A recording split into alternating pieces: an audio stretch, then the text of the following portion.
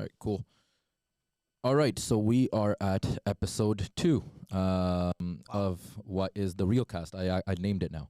Last time I was with Benny the inspector, and him and I had talked about doing this. I'd actually been talking about how I wanted to do this for a long time, and yeah, it was cool. We decided to rip the bandage off and do it like literally 2 days later, and none of this was done. Wow. So the branding's done. I feel honored. We called it. To be guest number 2. Made it episode first realtor on the show. So let's inaugural. Let's jump right into it. Introduce yourself, my friend. Absolutely. So I'm Hassan Juma. I've been a real estate agent for about 8 years now. Predominantly sell residential in Vancouver, Burnaby, and New West. Perfect. And that's where you also reside. Correct. Yeah, I live in New West. So you're selling in your backyard. You got it. Yeah. Awesome. Born and raised there, everything? So actually born in Victoria. Cool. Moved here to the Vancouver area when I was 5 years old. Yeah. Grew up in Richmond for most of my life. And then been in New West for the past 3 years. Yeah. Love it. Greater Vancouver area. So you're my guy across the water. You got it. You got it. The reason why you're on this podcast of all other people is you stand out to me the most on social media in the sense that we're very similar. We try to educate with our content. We're not out here. We're not flexing our sales. We're not talking about, there's no clickbait articles or anything of the sort. It's just genuine knowledge. And I find, and I think we've talked about this as well, you'll find a lot of your clientele is people that have actually learned something off of your content as well. And you strive to make sure people are just coming to your page and leaving more educated. You got it. They say when you create content, you can basically educate or you can entertain. Yeah. I know I'm not entertaining, so I educate. Perfect. So, yeah. And so to get right into it, so like you just said, you've been a realtor for 8 years now. Bang on. So have I. And having done this full-time, you're a full-time realtor, as am I. There's some things that we see happening, and there's not always context available. And the thing is, people will have mixed opinions. You can ask a lot of people within the umbrella of real estate. So this isn't just realtors. You can talk to mortgage brokers. You can talk to people in construction. Appraisers is one that we've been talking about a little bit recently, where people have mixed opinions. So now we have 2 realtors sitting across from each other. So there's a couple of issues, a couple of things that you and I have talked about in the past. Let's see what let's actually discuss them. And hopefully maybe you as a viewer, you might learn something. No matter what happens in Canada, it seems like inventory is always at the bottom, or it's the foundation of the problems that we face today. Yeah. Right. Yeah. And the inventory problem, it's been there for a long time. It only just started getting noticed in 2015 and 2016, where everybody started to get affected by it. It's not like there was adequate inventory in 2013 or 14 or 15. Just those people hadn't bought yet. Mm-hmm. And when they all got ready to buy, that's when you notice the problem. Yeah. The problem is the problem is present when you acknowledge its existence. True. It's been there for a while. Yeah, and I think the problem also grew over time. And so when we talk about real estate values, no matter what stats you want to look at, always comes down to supply and demand. Right. And so once the demand grows for a limited amount of supply, you're obviously going to run into some issues. We may have not had that level of demand in 2015, 2016 per se, in terms of how many people were in Canada wanting to purchase real estate here, how much foreign investment was growing, that foreign investment level growing in the Vancouver area. So yes, you're right. Supply has always been an issue, but over time, I think what has happened is that demand for that supply has increased so much, and supply has just fallen behind for various reasons, right? Yeah, and I think there's something that I noticed. I think I want to get your take on it. I feel like a lot of people that prior to, like, obviously there's an immigration issue at hand, and we'll get to that a little bit later, but just people that immigrated 15 years ago, 20 years ago, not all of them came here and bought a property right away. Mm-hmm. It might have been cheaper for them to do so, and some of them did. They came to the country, they saved up, $30,000-$40,000, and they bought their first home for $200,000. Sure, yeah. But a lot of the people that came after, or people that did come, that first wave, they got kids now, and they're purchasing, and so you have a demographic that's born and raised here, competing with the demographic of immigrants coming in, and then competing with people that treat our local real estate market like a stock market because it gives better returns. Mm-hmm. And that's a huge thing where this is something we laugh about, where realtors get blamed, but we did not stop anybody from building houses. Yeah, you're right, and it's like, one of the things that happens when people are frustrated with the real estate market, and I think we can all agree that a lot of people are frustrated. People want to point fingers at whatever's recent, whatever they can point fingers at in this current market. So right now, a lot of people pointing fingers at immigration. A lot of people pointing fingers at short-term rentals. Yep. No one's talking about how everywhere in the media, it's Airbnb. Anybody that has Right. an Airbnb, you caused this problem. Yeah, It's just a hot button. It's the cool thing to say right now. Exactly. Whatever you read right now, that's what people are going to point fingers at. Realtors, we fall into that mix as well. People want to look at realtors and say that, we have somehow run up prices because somehow we convince people to pay more than they want to pay, which is obviously not the case. But, it's understandable, again, when people are really frustrated, when it deals with housing, which is, the core physiological need of people. Yeah. It's completely understandable that people are upset about it and they want to find reasons for it. Yeah. Right. And I think it's interesting because, I mean, being a realtor myself, I'm not blind. There were absolutely people within the industry that were exploiting loopholes and taking advantage of the public. But that criticism did bring about a lot of change. Mm-hmm. We have a governing body now, the BCFSA. They are very, very watchful. There's a lot more forms. There's a lot more disclosures. There's a lot more transparency. Yeah. So you'll suddenly see that there's a lot more clarity about what is going on in the process, and there are changes to come. There's a lot of things like blind bidding going away and all that stuff, and how that works out, we'll see. But it's suddenly not as easy to point fingers at us, and so things are being shifted, and we're actually having conversations about what is actually at hand, right? And one of those things, obviously, we talked about is inventory, but it's always interesting because if the inventory got fixed, so right now, mythical community, let's say this table is a neighborhood. Yeah. If there are 100 buyers looking for houses in this neighborhood, and suddenly there were 100 homes available, let's say there's 120 for the sake of argument. Does that mean those house prices are going to come down? Given today's in our market. Yeah. So I mean, a couple of things, right? When you have enough supply for everyone, then yes, you would think that prices would stabilize. Having said that, builders set prices. Yes. Right. And they set those prices based on costs that they're incurring. And if for whatever reason building homes is not financially sustainable or there's no profit left over for the builder, they're not going to do it. And essentially what's going to happen is they will control the price of said housing. Right. Would we see instances where properties go to multiple offers and get extremely outbid? No, because there would be enough supply for everyone. Right. But, exactly. Like if I see a house on sale and you want a price that's dumb, I'm going to be like, cool, I'll buy the neighbor. And now, there you go. Right. And now if your neighbor's house sold for an appropriate price, you're not going to sell for more because the bank's going to be like, who do you think you are? Yeah, exactly. Right. Everyone needs to get their financing. And so the system keeps itself at bay.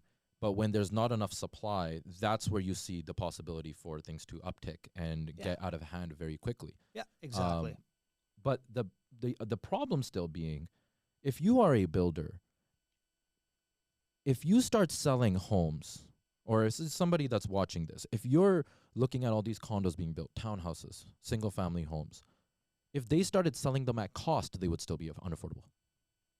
Yeah, I mean, true. Like affordability, I think it's a little bit of a subjective thing, right? So it's affordable for some, not affordable for others. And in this current environment, with interest rates where they're at, the developers are having to pay a lot of money to borrow money to be able to construct these projects. And for a lot of people, it's not feasible. When the interest rate goes up, that's basically eating right into developer margin. So what we're seeing out there is a lot of developers with deeper pockets. If they don't have to take action on their land right now, they don't need to move projects forward, they'll just wait. And so they hold on to that inventory piece. For example, Q1, Q2 pre-sale inventory down about 40% this year. Yeah. But having said that, the absorption rate, the amount of sales percentage-wise was up. Yeah. So developers are not stupid. They're going to release what they need to release to make sure that they can sell those units. Right. And fund their construction. Yeah, absolutely. Exactly. And they won't compete with themselves either. If they have multiple projects coming up, they're not going to launch both at the same time. They'll stagger launches now. You're seeing them stagger certain floors, so they'll launch certain floors, and then they'll launch further floors later than that. They never want to compete with themselves. So, circling back to the inventory issue, yes, it is obviously an issue, but it is controlled by so many different pieces. You have the developer who controls it, but then also the cities, the municipalities, when they make it very difficult for developers to get, increased density to make their projects feasible. Right. And it takes so long to go through the process because time is money. And that's just it. Like the longer they have to hold a project going through the hoops that city puts in front of them, the more it costs them and the more it costs the end user. Exactly. Right? The person that's trying to enter the real estate market, whether it's an investment property or they're purchasing a property for them to live in themselves. Yeah.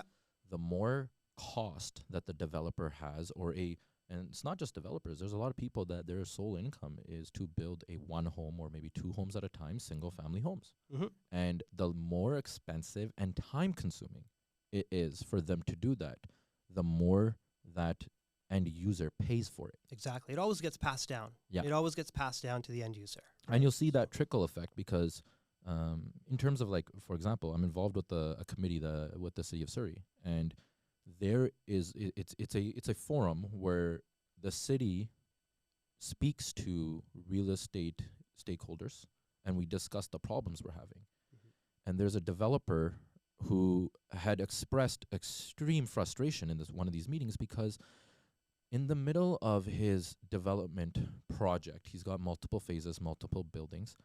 The city was forcing him to keep a tree, and it costed him. It slowed the entire project down. Mm-hmm. And it costed him, I think, $45,000 just to figure out if this tree is going to stay. Yeah. And at the end, they said, yes, the tree has to stay. Mm-hmm. And at the end of the project, they told him, oh, it's unhealthy, cut it down now.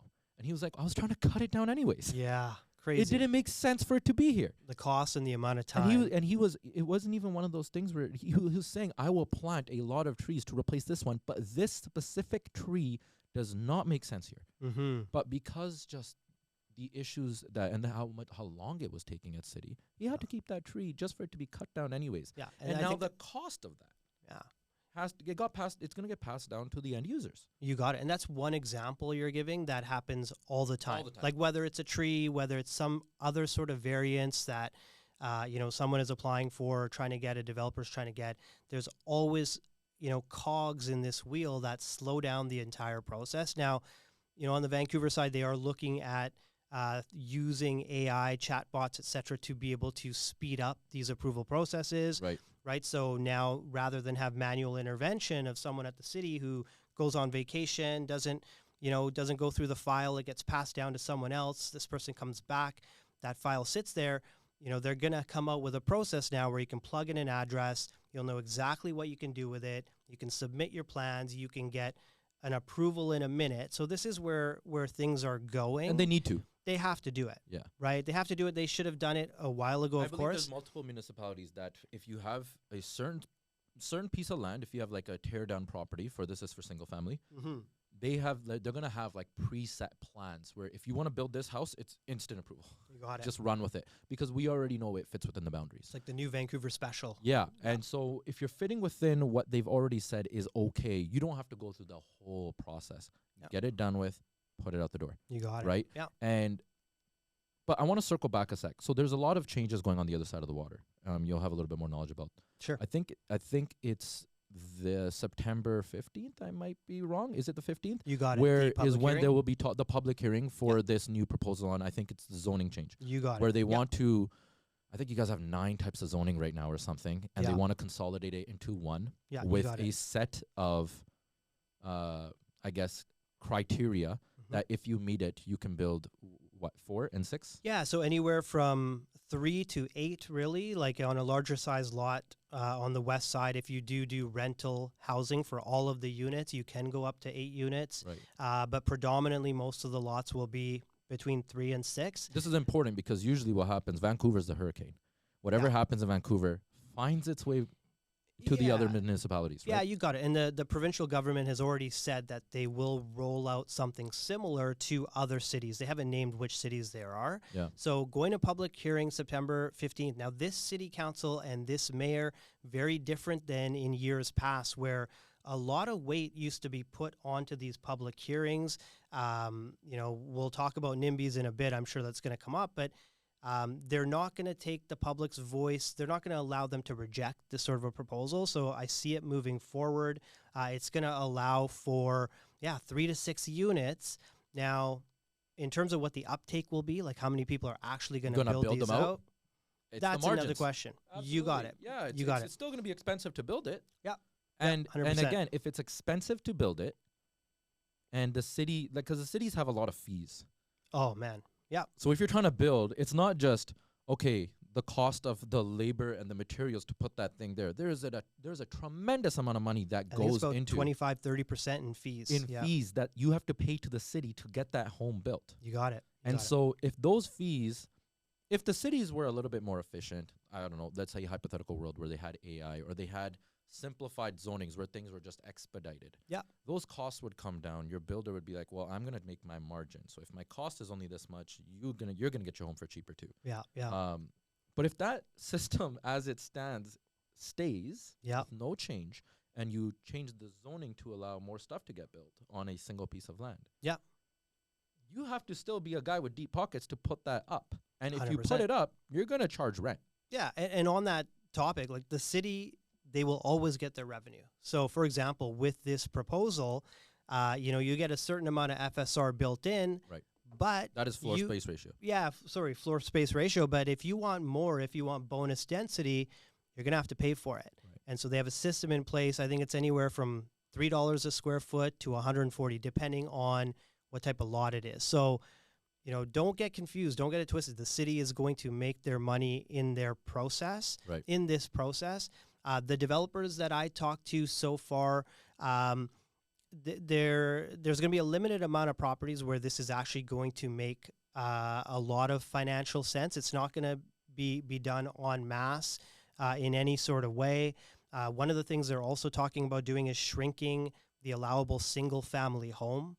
And I think this is something that's critically important. That's going to be brought up September 15th. Okay, let's talk about that. Hold on. Yeah. So there are discussions happening around reducing the size of the home that you can build in Vancouver. Yeah, so not even discussion. So it's in the proposal, Okay. approved by city council, going to public hearing. Okay. So what they want to do to encourage this multiplex development is they want to tell builders and developers that, okay, if you want to build a single family home, for example, Just for resale. yeah, on say like a 4,000 square foot lot, which is typical in Vancouver East, you can build today about 2,800 square foot, and they want to shrink that down, I believe, to about 2,400.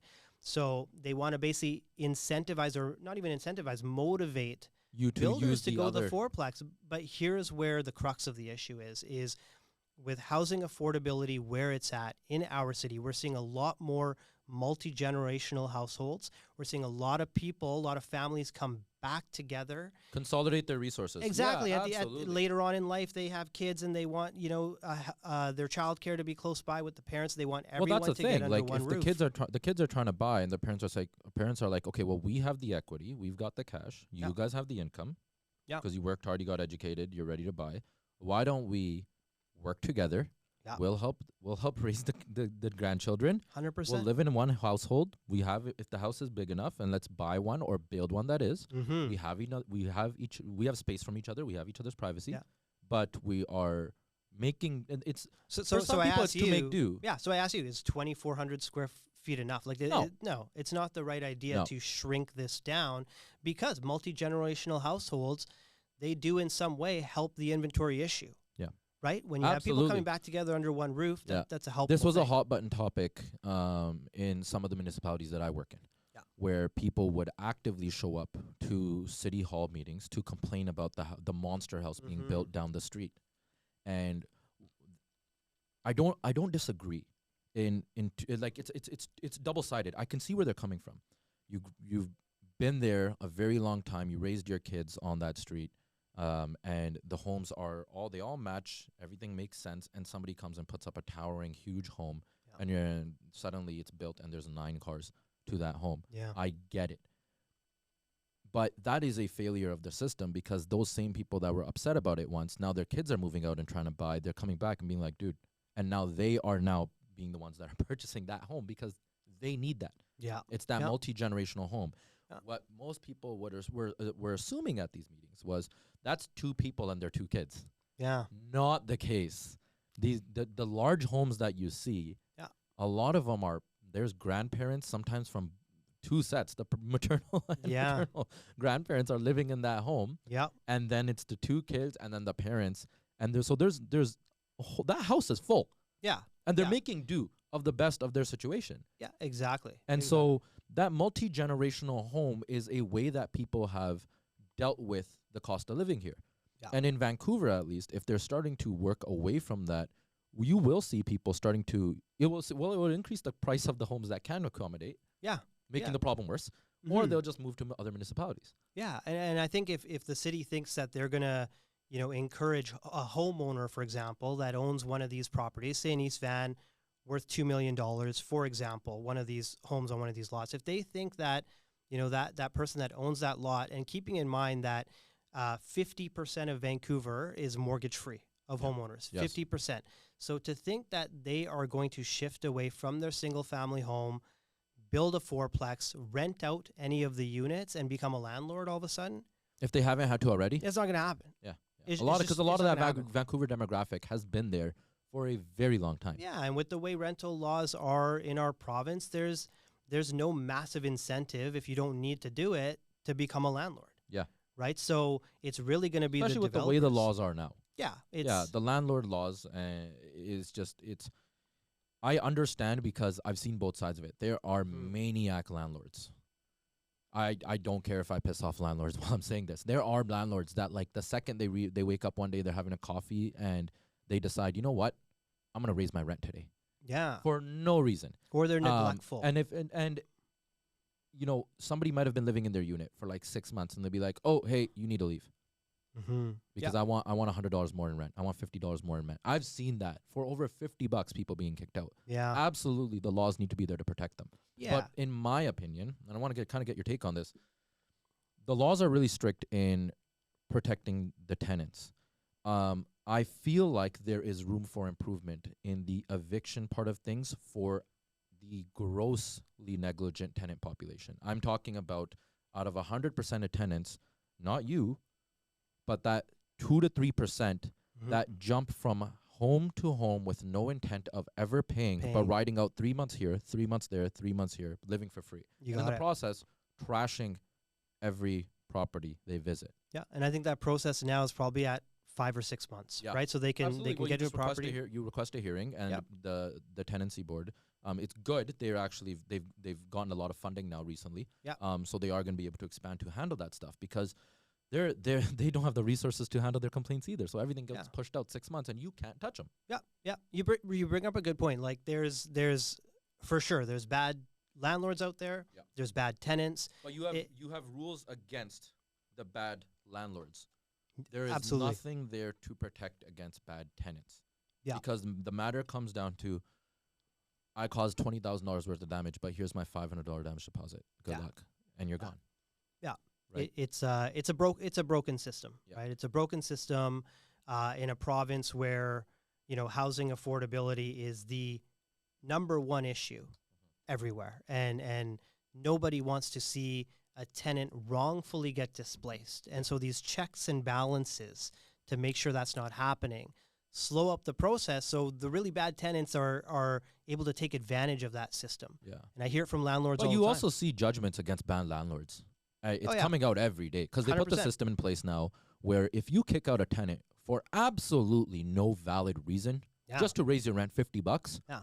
they come back, they will fight you and very easily get 1 year's worth of rent, and you will have to pay. Yeah. You cannot run. I am so pro that punishment because Yeah. it is not fair. I've seen it happen over very, very minute things. Yep. However, there is nothing to protect that one landlord who's kept his same tenant at a same rental rate. Or let's say you've had that one tenant, Yeah. you give them their 2% raise every year. There are a lot of people that are quietly living at well below market rent. You got it. And even if you validly sell the property, you want to tear it down. You see these cases where somebody will be like, "Hey, I'm going to tear the house down Yeah. and build it now." And if it's not torn down right away because it took too long at city, Yeah. within Well, 6 months, they're coming back and be like, "I could have lived here. You didn't tear it down yet." yeah. Yeah. I think Because like, it's the 6 month. It's the 6 month problem. yeah. Yeah. And I think also like what's happening now in the market, like a lot of these tenants that are paying below market rent significantly, especially in condos, they're finding themselves displaced. So, they're paying a rent in downtown Vancouver, for instance, and now their property gets sold. And for them to get a comparable property rent wise, they're moving out to the Fraser Valley. Rents have skyrocketed so much. I think also what's happening a lot is there's kind of teamwork between landlord and tenant where together they're deciding on a fair rental raise because nobody wants their rent increased That is too actually significantly. so common. Yeah. Where the landlord, it's not in the rules. Yeah. Right? They have to give a valid reason to a victim. But more and more that conversation happens. Look. Yeah, no, but I'm thinking like more so along the lines of tenant is month to month. Yeah. Landlord is like, okay, I'm only getting $2,000 rent. Market rent right now is $2,900. I'm going to sell it. Yeah. I'm going to sell it, and typically the person that's buying that property is an end user because another investor is not going to buy that property to hold on to that tenant at $2,000. If it doesn't make sense for the investor that owns it, it doesn't make sense for the investor to come and buy it. Yep. So, the new owner comes in, they live in the property, that tenant is displaced. Now, what's happening before that now is the landlord is going to the tenant saying, hey, look, I'm thinking of selling. I don't really want to, but we have a huge discrepancy in rent here. Can we mutually agree to come up with a rental amount that makes sense for both of us? Because I don't want to sell and you don't want to move. Yep. And we sign off on it. And it's unfortunate that the governments have put that responsibility on the landlord, on the small mom and pop landlord, because they have let go of affordable housing. Right. Because they were the ones that were providing affordable housing, social housing in the 70s, and 80s. That was their responsibility. Yep. They pulled back. They put it on the municipality. Municipality drops the ball. Here we are today, and now everyone looks at the landlords and they point fingers and they look at them as if they are criminals in a lot of cases, when really, we have taken on the responsibility of affordable housing in this province. So let's summarize that. Yeah. Government used to help the vulnerable population or people that needed affordable housing up until the 70s and 80s. You got it. And they started pulling back those programs to save money, but also they kind of whilst doing it, we're talking to the municipalities and the cities and saying, you guys got this. Yeah. And they're like, yeah, we got this. Yeah. And so it was their job to handle their growth, monitor their population, and build accordingly. Yeah. And so that's where the disconnect is. Yeah, and it's not a one government thing. So it was, liberals, conservatives, both of them. They all the same policies. Took their foot off the gas and said, look, affordable housing, we're not going to take on that responsibility. It was a cost thing. And they said, you know what, we're going to just pass this down to the municipalities. I don't think the municipalities were super gung-ho on having to do it. But, when you look at it from, for example, like a tax basis, so you have federal governments that collect almost 90% of taxes when it comes to real estate. And then you have the municipalities that get a very small portion, yet they're the ones that have to provide all this housing. And then when we talk about immigration, again, it's the federal government that's opening up the doors for immigration. So exactly, there's a disconnect. The communication isn't happening. The cities didn't intend for this to happen. It's just there's no experience here. No. And the problem is then the federal government says, you guys got this. You can control your own housing. They're like, yeah, we got this. And then they don't got this, or they don't build accordingly. Yeah. The floodgates are open. People are entering the country. And now we have a problem. Yeah, and this was the origination of the NIMBY, not in my backyard, right? People that don't want their backyards to change. So the responsibility now falls on the municipal government. Municipal governments, the city councilors, they need to get reelected. So they want to appease the people in the neighborhoods that are the voters, that have the access. The homeowners, the job, they go to jobs, they got coworkers, they have influence. The NIMBYs. So basically, in order for them to get reelected, they have to appease the NIMBYs. The NIMBYs are saying, don't change our backyard. I don't think it was malicious on their part. They truly didn't want their backyards or their neighborhoods to change. Yeah, I've seen projects get shut down, for development. Silly reasons. I've seen silly reasons for projects to get shut down, and then I've also seen really bad projects proposed in areas where it didn't absolutely make sense. So it was like, Yeah. good, you didn't ruin the neighborhood. Yeah. But there has to be a balance. If you are trying to shut down a project on a major roadway artery because you think there should be ranchers on that property, Yeah. ranchers on a main road instead of condos or townhomes with just sidewalk access. Yeah. You kind of, you know, Yeah. like I've seen projects get, and this is real, people have complained about the shade that towers are Yeah. going to create because their home is a block behind a major roadway. You got it. You got And it. it's like, but like you get the benefits of being on a major roadway. You Yeah. cannot then stop development on a major roadway because that's the whole point. Yeah. I've yeah. never seen a mall in the middle of a residential neighborhood. Yeah, and you bring up a good point. You bring up an interesting point when you say there has to be a balance. 10 years ago, there could have been a balance. But where we're at today, unfortunately, there's no choice. So balance kind of has to get thrown out the window. Now it's about expedition of supply of units. And when you look at it from the federal government perspective, so they're looking at this housing crisis nationally. And what they are essentially doing with their policies moving forward is they're saying, we can't even battle housing affordability on a purchase level. Yeah, they've given up. We're done. We can't deal with that. Where we have failed even more than that is the rental market. And we're talking about one bedrooms in Vancouver at $3,000 now. People are not able to find housing. So it's two conversations, isn't it? It's the conversation of being able to purchase a home, but we've created a distinction. There's purchasing a home, and then there's having somewhere to live. Having a that roof is over that their is the issue right now. Yeah. We're seeing across levels of government, they're saying, okay, hold on. For lack of better terms, we're going to give up on this issue. They'll probably revisit it at some point. Yeah. But there's a And bigger they won't- problem here. Yeah, they won't verbally come out and No, saying but we're there's giving a up on this, bigger but they're problem giving up. here. Let's forget about giving people the ability to purchase their first home. Yeah. Let's make sure there's a roof for everybody first, Exactly. right? Yeah. And so that's where you see now a lot more push for purpose-built housing. You got it. And purpose-built housing is it's almost literally what it sounds like. Yeah. This is only going to be a rental. You got it. Yeah. And so we talked earlier about something that's like it's the GST issue. Yeah, so purpose-built rentals essentially is a full tower of rentals. And so to look at this from a developer's angle, a lot more risk for a developer to build a purpose-built rental tower for a couple of reasons. When a developer is building, for example, market housing that they can sell, they're getting a 25% deposit from the purchaser, 20 or 25, within the first year that they can spend right away.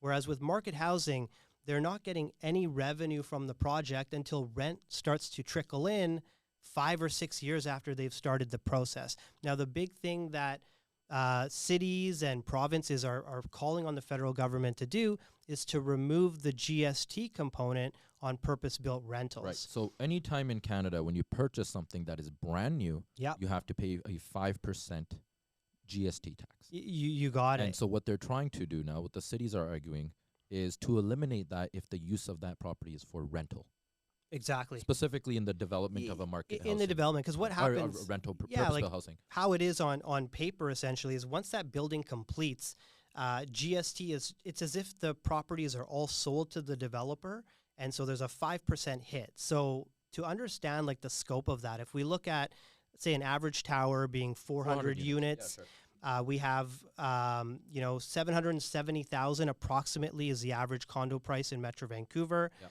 When we look at the GST amount on that, that's like $15 million. And the that developer has to $15 pay. million Yep. that the developer has to pay. So I'm a developer. Yeah. I understand we need to put a roof over everybody's head. If I built a tower worth 400 units and I have to pay $15 million in tax because on paper I'm selling them to myself, And you have no income yet.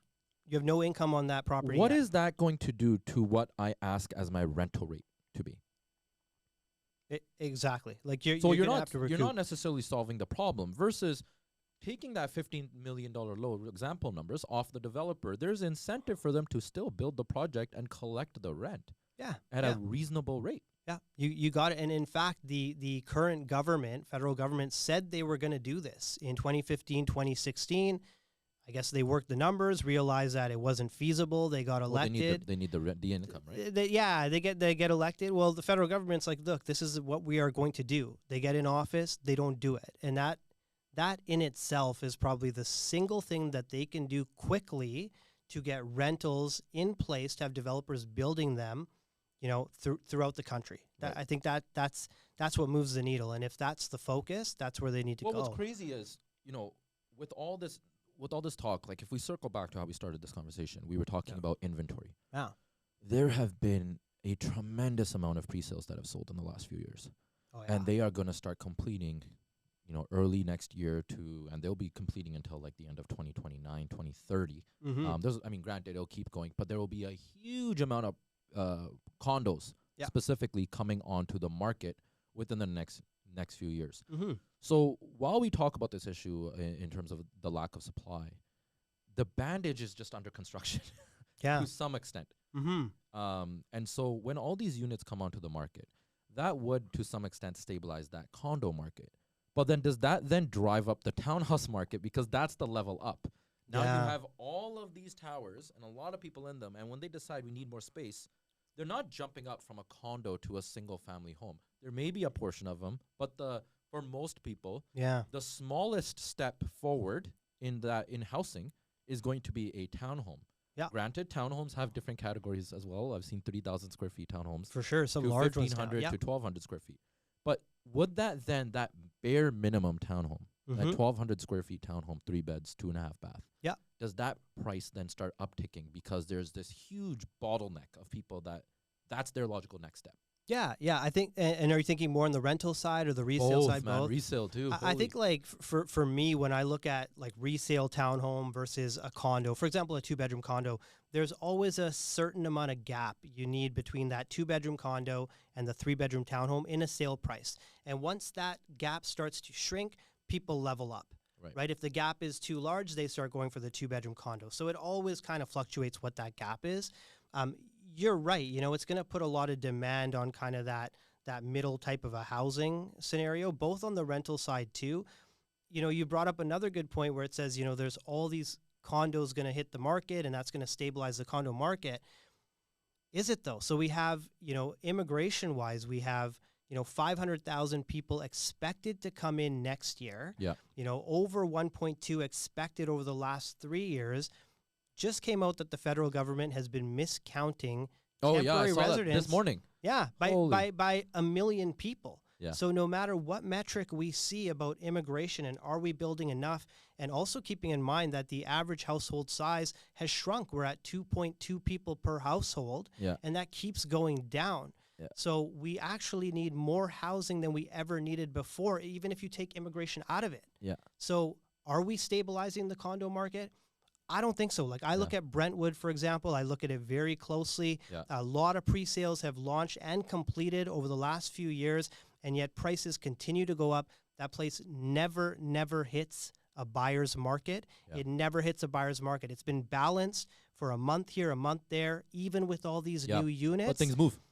They just sell. Yeah. So I'm not convinced. It's actually interesting that we talk about this, because one really interesting side effect of because in the developer world, there's a lot of competition. As realtors, if you have a client, or if let's say in a hypothetical, I'm a client of yours. No. I say, Hassan, I need to find a spot. Where should I buy? It is crazy where you can show them one pre-sale that is bare bones. It has nothing to offer. Yeah. And then the next developer has decided, no, I'm going to charge what I charge. Yeah. But oh my God. Yeah. The facilities, the amenities, they find themselves competing with each other and leveling each other up. And so the bare minimum of what you get in a pre-sale, or what you're going to get in your new investment property, your home, if it's a condo, is stellar. Yeah. They are beautiful now.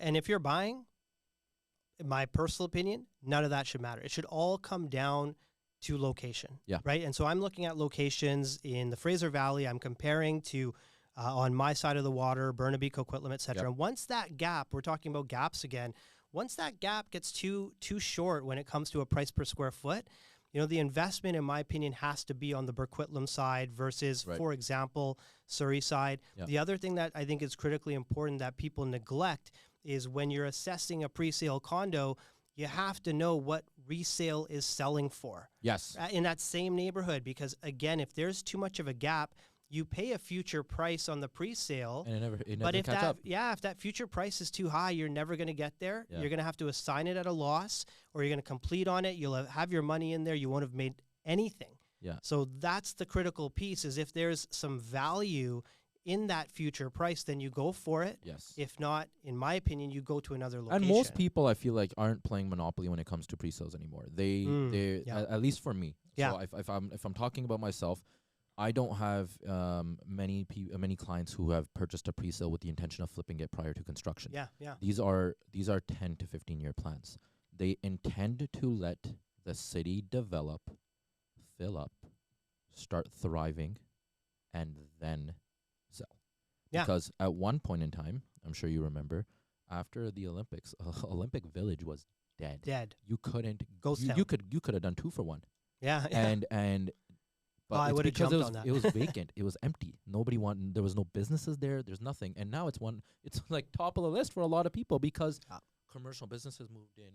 It's functioning. It's thriving. It's beautiful. Yeah. And so I think there's a lot of missed opportunity there if you have the ability to complete on your unit. Yeah. Because you have to remember, you might have purchased 1 unit, but multiple developers, the city itself, they're all working to making this city awesome. Mm-hmm.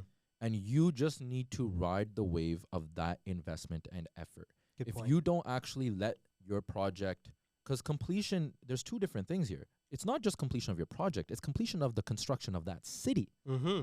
Yeah. For example, because I live and work here, Yeah. Surrey Central is not going to be, it's going to look entirely different and function differently by 2030. True. It's not a short-term play. No. And Yeah. so your completion, and that's what I talk to my clients about, your completion is not 2025 when your tower's done or 2026. Mm-hmm. Your completion of your investment is in 2030. Yeah. That's when we will reevaluate if you're going to sell. Exactly. And yeah. that's where you will see actual benefit and actual value. And Yeah. the thing is, there's a lot more forces at play trying to grow that neighborhood. For example, SFU has the med school coming in Surrey. Yeah. There's- UBC's out there UBC's as had a well. monopoly on that for a while. Yeah. The amount of people that are working in industries or contractors or some sort of subsidiary or business that is tied to that university, Mm-hmm. they will jump ship Yeah. for fresh salaries to live close to a SkyTrain. Yeah. Right? And so businesses head out that way to have absolutely. lower real and so estate as well. if you sell your pre-sale now, Yeah. you did not capitalize on the value that specific investment Yeah. or of SFUs in a med school can offer your unit. Yeah, you got and like for me and my clients on pre-sale, I always tell them that plan A cannot be to assign. Yeah. Plan A is not to assign this property. Plan A, you have to be able to complete on it. Plan B, we can look at it at completion, and if we're up a certain percentage point, it makes sense for you, then we can do it. But if you can't complete on it, Don't buy it. I can't Yeah. help you buy this pre-sale. I do tons of videos on YouTube about this. Like pre-sale, that's my number 1 rule. Yeah. Is, 2 things. If your plan A is to flip it, you need to change your plan A, whether that means conjoining with partners, whatever it might be. And number 2, if an agent comes to you and they put a pre-sale in front of you, but they don't know what the price per square foot is of resale at the same time, then they're not looking out for your best interest. They're just trying to make a sale. They have to come to you and be able to show you resale versus pre-sale, what's the better buy, and then if it doesn't work in that neighborhood, look at a different neighborhood. But Yeah. you're absolutely right. Like, you have to follow the big money. You have to follow the institutions. Surrey Central, where everyone owns land, including the city of Surrey themselves, and they're going to actually build out for-profit development as well. Yeah. So if anyone knows where they need to be in the city, it's the city themselves. Yeah. Right? Yeah. And if you just let them carry the burden of increasing the value of your property, Yeah. you're going to win. You just got to hold. Buy You and just have hold, to baby. hold. Buy and hold. Buy and hold, baby. There you Right? go. I've got a question. So we talked about this as well. There are a lot of people. Let's go back to what you said earlier. In Vancouver, 50% of people are about basically mortgage free. Yeah. There's a lot of people that mortgage free didn't happen overnight. They've been living there a long Absolutely. time. Yeah. Now, if you're somebody that's looking at the cost of living in Vancouver, the milk, what it costs, the eggs, what it costs, the bread, what it Yeah. costs, we haven't got there yet, but it's a problem that I'm foreseeing. Mm-hmm. What happens when those people start to want to retire and they're all majority of their money is not, it's not going to be, oh, let me collect my pension. Yeah. The pension's not going to do anything where they live. Nope. So as they start to sell Yeah. and cash out, that's when you'll start seeing more so these farther out communities start getting busy. Like there was a couple of year, not couple, 2018 and 2019 and Yeah. 2020 actually. The amount of property I sold in North Delta, where the folks were retiring and moving to Harrison, Yeah. Yeah. Hope, Kamloops, just knowing they were just watching from afar and they're like, I'm gonna go now, Yeah. right? And the cost of living, a huge part of it was cost of living, Mm-hmm. but a huge part of it was my pension does nothing here. Yeah. Yeah. 100%. And it hasn't hit yet in terms of at least and this is specifically people that are living independently. Yeah. I Yeah. feel like it comes back to that generational thing where when the kids are close, you'll just consolidate. Yeah, exactly. And that's what I was going to say is that I think a big portion of it is that transfer of wealth from generation to generation. Because a lot of these folks that may own some of these entry-level single-family homes, for example, in the Vancouver side, chances are they did get some help from the bank of mom and dad, whatever that was, 100%. right? They've been here for some period of time. So, will we see some sort of a sell-off at that time? I'm not. I mean, I'm you not still sure. see it. You You'll see see listings properties hit. listings, and if you check and like if it's estate sales, Yeah. you will see. And I've had 100%. I've done those sales before. Yeah. Where you will speak to the seller, Yeah. who's maybe the son or daughter, and they will say, "Hey, this was my dad's property. Yeah. He's passed. What's it worth? It's worth $1 million, Brian. Cool. Let's do it. Sell it for 900. Yeah. I want my money tomorrow." They just want it quick. Yeah. And that's, I mean, there's deals and opportunities available. And if you guys want that stuff, call us. Yeah. Yeah. Exactly. Self plug. Yeah. Yeah. 'Cause For we sure. pick them up all the time and we sell them All all the the time. time. Yeah. Right. But those are little opportunities that you see. But that is the bank of mom and dad. Yeah. Right then and there. Oh. And is it our time yet? Oh, we're getting close. Yeah. We still got 5 minutes. So we're good. But it's crazy how, and I want to touch on this for the end of this conversation. Sure. Rage bait. Oh my God. Mm. We have a lot of, because clicks and views sell. Yeah. So you'll see more and more the media locally will use rage bait, clickbaity, not with complete information, Mhm. stories and articles to get views. 100%. And it's just, this house just sold for $2 million in this neighborhood. Oh my God. And I've seen one, this one was about a year and a half ago, where somebody had posted, one of these local media organizations had posted, this home just sold for $2 million and every house around it is only selling for 1.4. Mhm. Outrage. Yeah. And the comments were just people suplexing each other. It was crazy. Yeah. But nobody wanted to talk about how that piece of land could be chopped up into two. Yeah. It was Yeah. land value. And Yeah. nowhere was it mentioned in the article. Yeah. And nowhere was it mentioned in the captions or Yeah. it's just let's 'Cause create outrage. Yeah. It's not exciting. It's not exciting for the reader, right? The Yeah. reader doesn't care. Like the person that's actually reading that is thinking, I may never in my life be able to afford a $2 million property, very likely. So they're not going to read that article and have any sort of positive thought. Yeah. And I think, when we talk about housing affordability, housing crisis, where we're at today, I think more people have an opportunity to buy real estate than they know. Yeah. And I think one of the things that people need to look at is if they can't purchase real estate here, consider purchasing in a different province. Absolutely. Because that way you can you're still actually in Canada. yeah, and you You're play still the you're- appreciation game. So when Yeah. things around you get more expensive, you can feel a little bit better knowing that your real estate is increasing in value as well. You never know where you're going to be 10, 15 years from now. But at that may least be you the had perfect something. place. Yeah. Yeah. More people know if they just ask the questions, if you talk to realtors you trust or financial advisors, whoever it is, you may be surprised that you can get into a property somewhere in this beautiful country. Yeah. Maybe not here, but it can get your foot in the door and you can move forward. What do you Yeah, and think? there's options available because I think, if you're stuck here, for example, like we talk about the cost of living here, and we didn't get to touch on this, but we can both agree, the one of the reasons why the cost is here is because the amount of jobs here. Mm. Yeah. Everybody comes here specifically because it doesn't matter. You can always find a job, and that's not true for all of Canada. Yep. It's it's the major hotspot cities have some sort of opportunity available at all times. 100%. And so that is always going to be something that's going to drive up the cost of living here. Yeah. But what's crazy to your point is if you are stuck here because your industry is here and you are currently renting, that is okay, but seek professional advice. And I say professional. Mm-hmm. I want to emphasize that because if you can get into the market at all, that at least you're riding the wave. There are one of the places that I know is very, very popular for investment right now is Nova Scotia, Mm-hmm. because there's a lot of people that are stuck to the industries that are in Nova Scotia, but they can't afford. Yeah. And they're doing what they can to band together and purchase property there because the rental rates are just skyrocketing because there's nothing available. Yeah. And it doesn't just happen in hotspot cities. It happens anywhere where people decide, I'm going to move there now. Yeah. It looks affordable. I'm going to do that.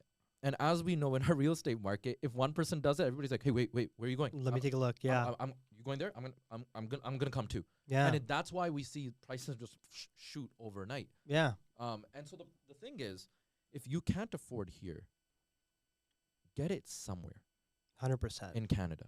And Yeah. and because if you're banking if you're using an institution that banks in Canada, you can get your mortgage in Canada. Mm-hmm. And I want to circle back to professional advice because I've dealt with mortgage brokers that are just like, hey, yeah, give me your income documents and let's see what you can get. Versus, hey, you're in this industry. Yeah. There is a program that my bank offers to make it easier for you to purchase a home. Let's figure out if you meet the criteria. If you don't, let's get you in it. Yeah. And we'll figure this out. Yeah. You just have to actually have advice. Yeah. Professional advice. Yeah, exactly. And I think in any industry, you're going to find people that, go the extra mile in their careers. They make sure they find the absolute right solution for you. Some of them host podcasts to help make sure you know what you're Well, doing there you in real go, estate, right? right? I mean, So there you go. So yeah, in every self-help. industry, you're going to find the real professionals, and then you're going to find people that call themselves professionals. the real professionals. the you say. real cast professionals, The second real. guest, almost inaugural guest. There you go. Feel pretty good about that. You know what? That was awesome, and I think thank you. We're gonna monitor what's going on in our real estate industry, and I look forward to having you back. Yeah, I'd love to come back. Thank Perfect. you for inviting me on. Appreciate No, it. that was good, and I'm gonna continue to bring on more people within the umbrella of real estate. So anybody that is in the real estate industry specifically that can kind of sort of pass any kind of value or knowledge to the general public. If that's you, reach out. I'd love to have you on. And with that, Awesome. episode 2 is done. Thank you, Manny. Thanks, Cheers, guys. buddy. Thanks. Cheers. Thanks a lot. Pleasure. Cheers.